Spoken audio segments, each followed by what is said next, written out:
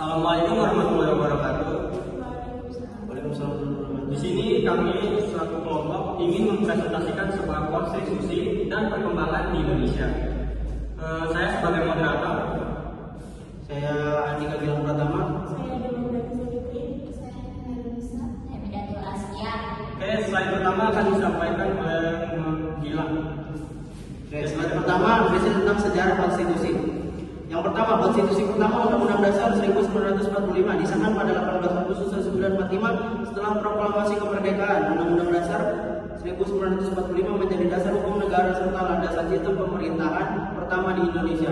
Yang kedua, Konstitusi RIS 1949-1950. Di sini membahas ketika Republik Indonesia Serikat terbentuk, diterapkan sistem federal yang membagi kekuasaan antara negara bagian ini, mengubah tatanan kesatuan negara. Yang ketiga, Undang-Undang Dasar 1950 gantikan Konstitusi RIS dan kembali menerapkan sistem negara kesatuan. Sistem negara kesatuan parlementer hingga tahun 1959. Yang keempat, kembali ke Undang-Undang Dasar 1945. Melalui Dekret Presiden 5 Juli 1959, Indonesia kembali menggunakan Undang-Undang Dasar 1945 asli sebagai konstitusi, mengakhiri era demokrasi liberal yang berkembang saat itu juga. Baik, akan dilanjutkan oleh Saudara Ramli. Di sini slide kedua saya akan menjelaskan tentang prinsip dasar konstitusi. Ada 4, yaitu tentang kedaulatan rakyat, pembagian kekuasaan, negara hukum, dan perlindungan hak asasi. Yang pertama itu kedaulatan rakyat akan saya jelaskan. Prinsip pertama adalah kedaulatan rakyat. Kedaulatan tertinggi dalam sebuah negara ada di tangan rakyat. Artinya, keputusan besar tentang negara ini ditentukan oleh rakyat itu sendiri.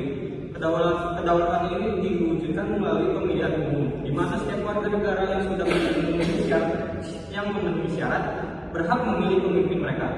Selain itu, partisipasi rakyat dalam proses pengambilan keputusan negara juga sangat penting. Ini menunjukkan bahwa negara berfungsi untuk kepentingan rakyat dan rakyat adalah yang berkuasa. Yang kedua itu pembagian kekuasaan.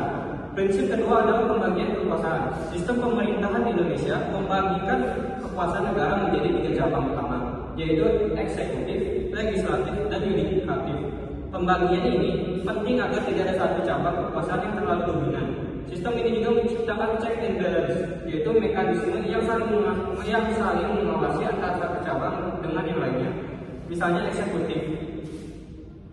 eksekutif tidak bisa membuat kebijakan sembarangan tanpa pengawasan dari legislatif dan yudikatif. Yang ketiga itu negara hukum. Prinsip ketiga adalah negara hukum. Indonesia adalah negara yang berdasarkan hukum dan bukan kekuasaan belaka. Setiap kebijakan yang diambil harus mengikuti aturan hukum yang berlaku. Semua elemen negara, termasuk pemerintah, lembaga, dan warga negara, wajib tunduk pada hukum. Ini memastikan bahwa tidak ada yang berada di luar hukum dan setiap tindakan negara dapat dipertanggungjawabkan. Yang terakhir yaitu perlindungan hak asasi. Prinsip terakhir adalah perlindungan hak asasi. Konstitusi Indonesia menjamin perlindungan terhadap hak asasi manusia bagi setiap warga negara ini. Ini termasuk hak-hak dasar seperti kebebasan pendapat, hak atas pendidikan, dan hak untuk hidup. Pemerintah bertanggung jawab untuk melindungi hak-hak ini, menghindari pelanggaran terhadap martabat manusia. Perlindungan ini merupakan bentuk pengakuan negara terhadap hak-hak yang dimiliki setiap individu sebagai manusia.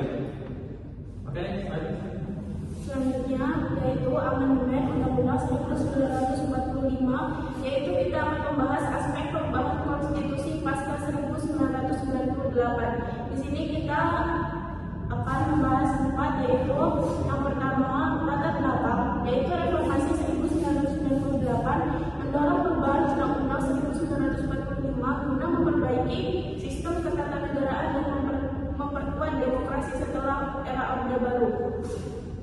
Yang kedua yaitu perubahan fundamental, yaitu amandemen membatasi kekuasaan presiden, memperkuat peran legislatif, membentuk lembaga baru, serta meningkatkan perlindungan HAM secara komprehensif. Yang ketiga, tahapan amandemen 1999 sampai 2001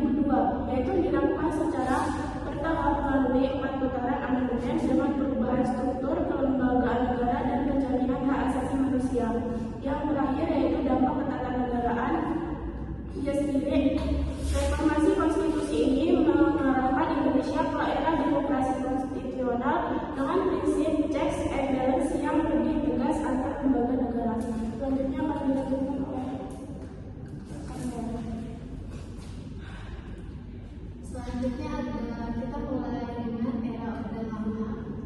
Kita mulai dengan era Orde Lama periode antara 1945 sampai 1966 di bawah kepemimpinan Presiden Soekarno. Yang pertama adalah konstitusi awal Indonesia. Setelah merdeka, Undang-Undang Dasar 1945 dijadikan dasar negara dan berfungsi sebagai kerangka identitas nasional. Soekarno memimpin upaya pembentukan karakter bangsa melalui kerangka konstitusi. Yang kedua ada demokrasi liberal. Selama periode ini Indonesia menggunakan Undang-Undang Dasar sementara 1950 dengan sistem parlementer. Politik penuh fluktuasi kabinet sering berganti mencerminkan ketidakstabilan politik. Yang ketiga ada Dekret Presiden 1959. Karena DPR dan konstitusi gagal menetapkan konstitusi baru, Presiden Soekarno mengeluarkan Dekret 5 Juli 1959 dengan mengendalikan Undang-Undang Dasar 1945, menandai awal demokrasi terpimpin dengan penguatan presiden dan peran militer. Yang keempat, ada demokrasi terpimpin. Dalam demokrasi terpimpin, kekuasaan terpusat pada presiden dan satpol, dipakai untuk menyatukan nasionalisme, agama, dan komunis. Namun praktik politik menjadi otoriter dengan pengurangan kebebasan sipil. Selanjutnya akan dijelaskan oleh saya. Masa reformasi di Indonesia merujuk pada tradisi periodik secara setelah jatuhnya Presiden Soekarno.